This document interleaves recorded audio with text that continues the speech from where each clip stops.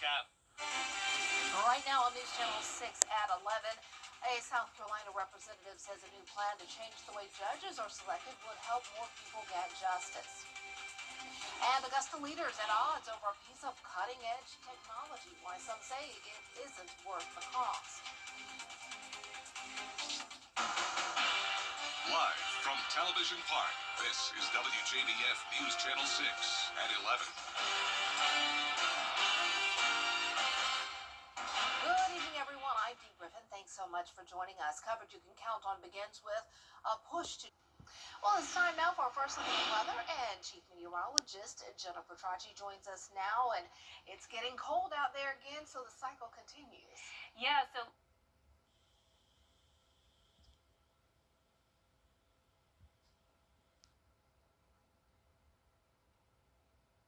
last night it was super cold, Dee. Around this time, we were all the way down into the upper 40s. Now, tonight, it's a bit more mild, but when you're headed out the door tomorrow morning, it's still going to be chilly, so a light jacket at least is needed. But right now on our Terry Liver...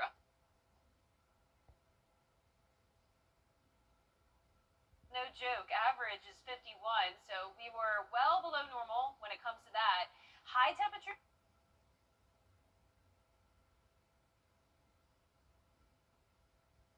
About 20 degrees warmer tonight than it was last night. 19 degrees exactly in Augusta, 18 in Aiken. We're still pretty mild in the low 60s to upper 60s. Augusta and Louisville between at 64, 65 in Wrightsville, and 67 in Lincolnton.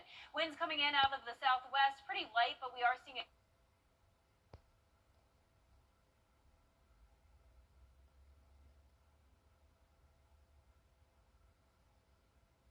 More details on your forecast are coming up, but back to you, Dee. All right, thanks so much. We'll see you in a few minutes.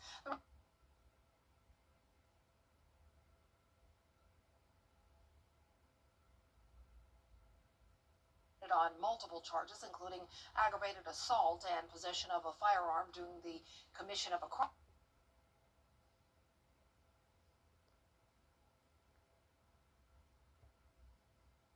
Road and Collier Wood Way. He is considered to be armed and dangerous. If you know where he's hiding, after another deputy was arrested and fired. Since January, the sheriff's office has arrested former deputy Sean McKenzie, Addison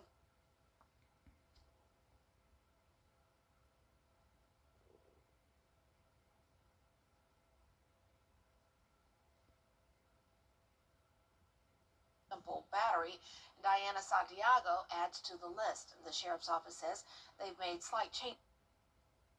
There's newsmen, there's everybody that gets through the process, no matter where they're hired, no matter how much of a degree they have.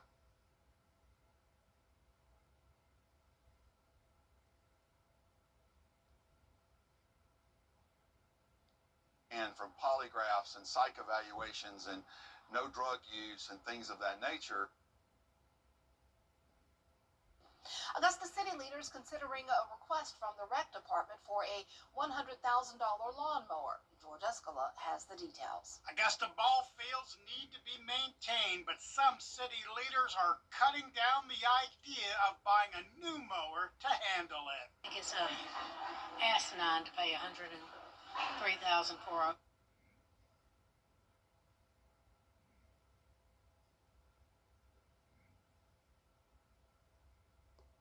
equipment piece. There's other we can operate other equipment out there. But the rec department's request is for a top-of-the-line commercial mower. Price tag more than $103,000. I guess go ahead and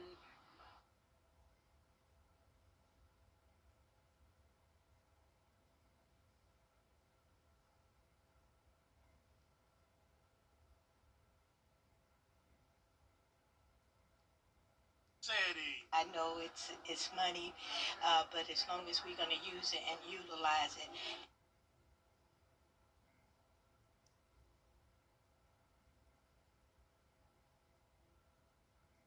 Facing a $20 million shortfall, other commissioners say they would rather look for a better deal than a $103,000 mower. I'm not supporting it. We need to shop around. As the old song goes, shop around. We need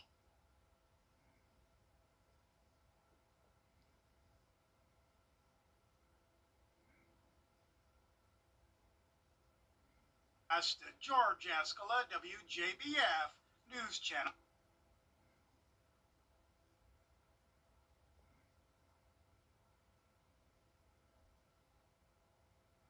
Ram 2025 signature event kicked off this evening. It's a celebration to bring women in business. Attendees heard from South Carolina native Debbie Antonelli.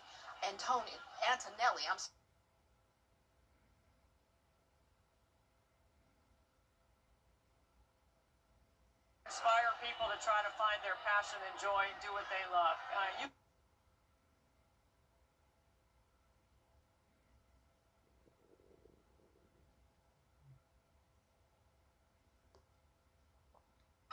Antonelli has 2 Emmy Awards for her work in basketball, and motivated by her son,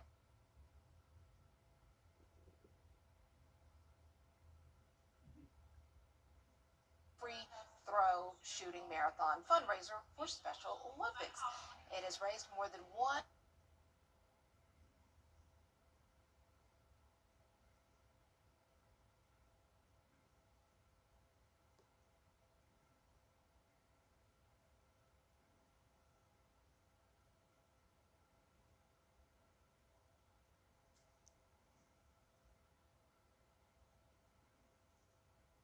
to help students and parents map out career paths in college, technical training, or military service.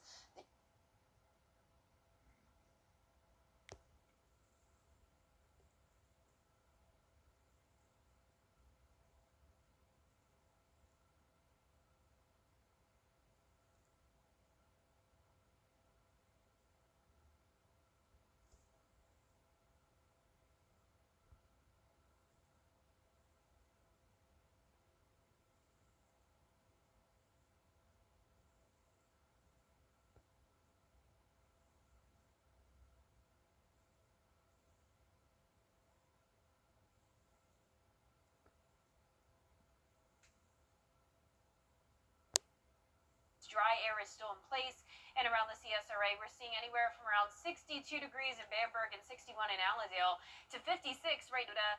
So pretty big variety of temperatures, and it's all dependent on where we are seeing cloud cover.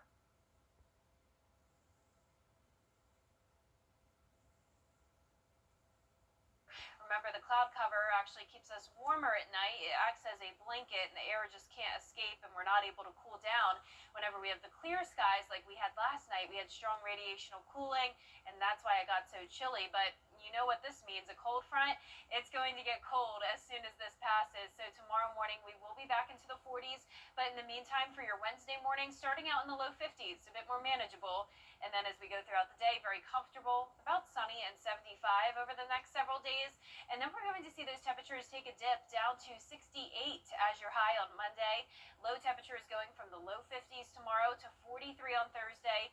In the 40s through Sunday, and then we'll start to see those low temperatures warm back up once again due to some cloud cover and some chances of rain by the beginning of next week. But here's our futurecast showing no rain tomorrow. In fact, those skies will completely clear.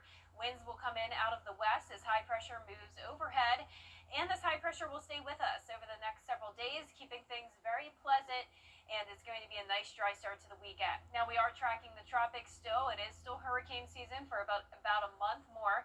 Tropical storm Melissa formed today. Winds are at 50 miles per hour, and it's in the Caribbean Sea. Some of those outer rain bands impacting the U.S. Virgin Islands up to around Cuba, and you can see the track of Melissa showing it just kind of meander here in the Caribbean, and it could be influenced by the mountainous terrain here in the Caribbean. It is expected to get up to a Category 1 hurricane, and from there, it's possible that it could turn into the western Atlantic, or it could just kind of fizzle out here in the Caribbean. But notice the United States looks to be staying far away from Melissa. We could use some rain, though, and it looks like we'll have a pretty wet pattern as we go into the last few days of October, tracking those rain chances, especially as we get to Monday of next week. And then it looks like a powerful cold front will come through, bringing another good chance of rain next Thursday, right before Halloween. And notice those high temperatures cooling down into the 60s, lows in the 40s for the most part. And back to you, Dee. All right, thanks so much. It's not too late to donate to the Salvation Army and Queensboro National Bank and Trust Company's Candy Drive. You're encouraged to drop off bags of candy, and you can donate at any Queensboro branch or the Croc Center. The Croc Fest is this weekend, and the Salvation Army is expecting a huge turnout. We estimate around 1,000 people coming here, and so the need for candy, for sure. It's the importance of those donations is it's a safe place for our families and our children to come and enjoy a little bit of the fall festivals. Donations should be made by Friday. Croc Fest is free. It's this Saturday from 11 a.m. until 2 p.m. at the Croc Center. Week 3 of the government shutdown. What could be next on the chopping block? But first, the winning numbers for tonight's South Carolina Lottery: pick 3, 3, 3, 4, and your pick 4 winning numbers 4, 4, 5, 6. The fireball is 5. We'll be right back. It's come to my attention. All Dr. Chandra Williams, family dentistry you can trust. The WJBF Live Viper 6 Skyview Network is sponsored by Terry Lambert Hyundai. Low prices, big selection, and committed to quality customer service. Now, WJBF sports coverage you can count on. Well, the GHSA volleyball postseason bracket is set with the Elite Eight. The only Georgia team standing is the ARC Musketeers, who are trying to make it back to the Final Four in back-to-back years. Now, the team squeezed in one final practice before their Elite Eight matchup against Lafayette, who has 36 wins on the year and is 10-2 in region play.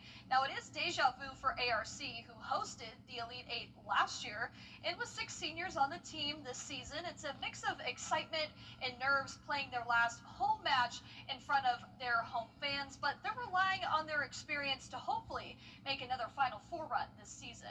I think our communication has been great, and we've just gone into every single game with the mindset of be confident in the skills that we have, and trusting our teammates. So I think that's what's led us to be successful. Last year we lost in the Final Four, which was really devastating, but that was our first year ever even making it that far, so it was also a really big accomplishment.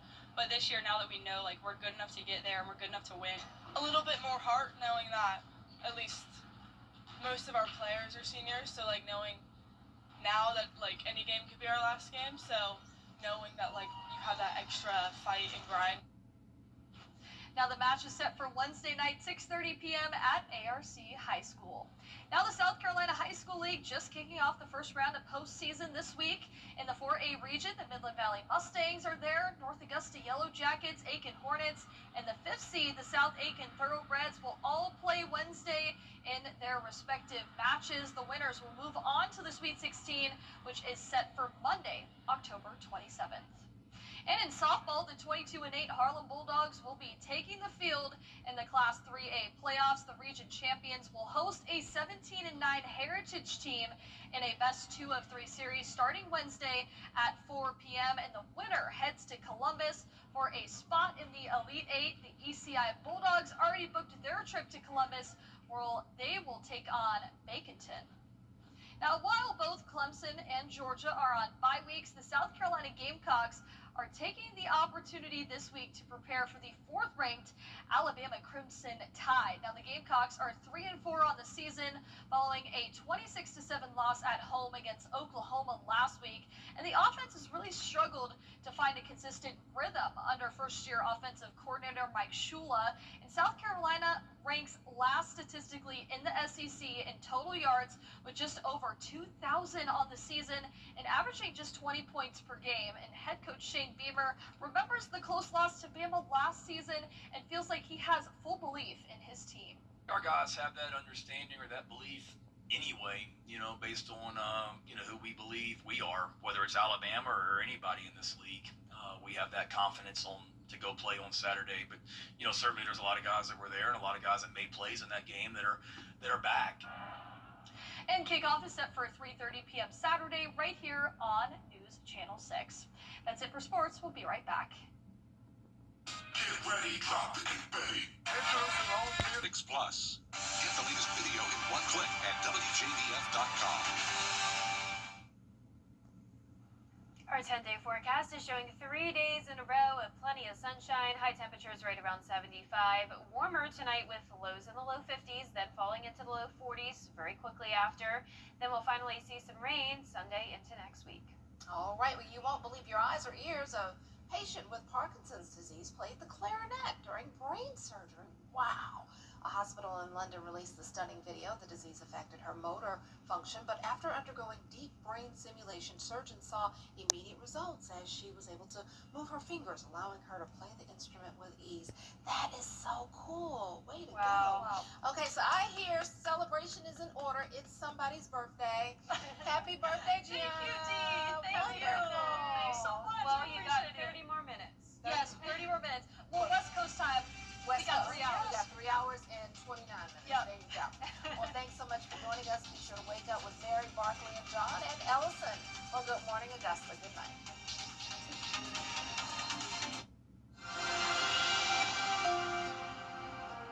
I was hit by a drunk driver. I wanted justice and results. George Sink got me both. My recovery, $3 million. Go with the name you know and trust. Coleman Services knows when you're